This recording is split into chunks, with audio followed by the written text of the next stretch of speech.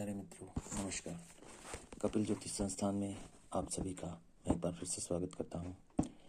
आइए आज आपके लिए एक योग लेकर आया हूँ जिसमें 4 घर संयुक्त रूप से एक दूसरे से जुड़े हुए हैं। तो इन चारों घरों का आप रिजल्ट भी अच्छी तरीके से जान सकते हैं। आइए शुरू करते हैं। दूसरा घर जो हमारा है यह धर्म स्थान और बुढ़ापे का कहा जाता है। अगर 10वें घर में कोई ग्रह नहीं है तो दूसरे घर के ग्रह हमें बुढ़ापे में जाकर फल देते हैं। यह एक फैक्ट है। अब आपको मैं वो लो बता देता हूँ जो मैंने अभी बताया था। अब इसके लिए सुनिए आप कि 9वें घर से बादल उठते हैं और 10वें घर से पानी भरते हैं, दूसरे घर के पहाड़ों से टकराते हैं और चौथे घर में फसल उगती है।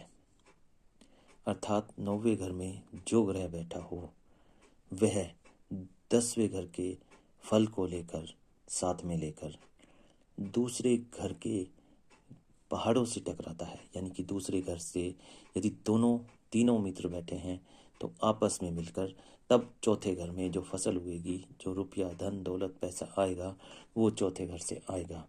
लेकिन इसके लिए शर्त वही है कि ये 9, 10, 2, 4 मित्र होने चाहिए। अब इसमें एक छोटा सा योग आ जाता है कि अगर दूसरे में और 10वें में दोनों में ग्रह हों तो भी शुभ है, दोनों में ग्रह ना हो तो भी शुभ है।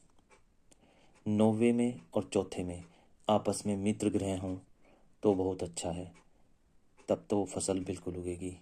यदि 9वें में और 10वें में ग्रह हों तो यह तभी शुभ माने जाते हैं जबकि 8वें में कोई ग्रह ना हो।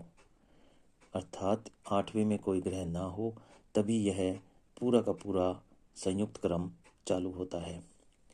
अब इस क्रम के अनुसार मेन पॉइंट यह है कि 9वां, 10वां और दूसरा, चौथा यदि इनमें बैठे हुए ग्रह आपस में मित्र हैं तो व्यक्ति का जीवन सुखी, धन धान्य, धन संपत्ति, हर प्रकार से सब कुछ सुखी, सारे जीवन के सुख मिलते हैं। लेकिन यदि इनमें आपस में शत्रु बैठे हुए हैं तो वह एक दूसरे की काट करेंगे और चौथे घर में जो फसल उगनी चाहिए, जो हमको उसका अपनी ज़िंदगी का अच्छा समय, रुपया, पैसा, धन दौलत मिलना चाहिए, वह नहीं हासिल होने देंगे। तो इसलिए इनका यह एक चक्र है और इस चक्र के अनुसार जिसके भी यदि इन घरों में अच्छे ग्रह बैठते हैं तो उसका जीवन सदा सुखी रहता है। तो आशा है मित्रों मेरे द्वारा दी गई जानकारी आपको अच्छी लगी हो तो वीडियो को लाइक और सब्सक्राइब जरूर करना।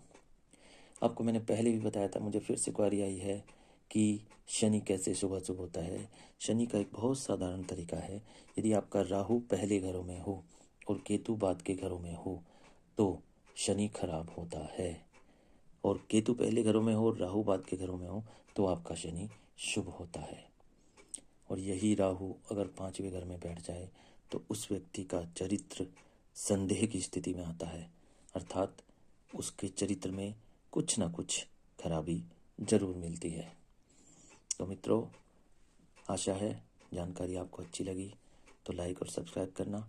फिर मिलता हूँ आपसे जल्दी एक नई जानकारी के साथ। तब तक के लिए नमस्कार, जय श्री राम, राधे राधे।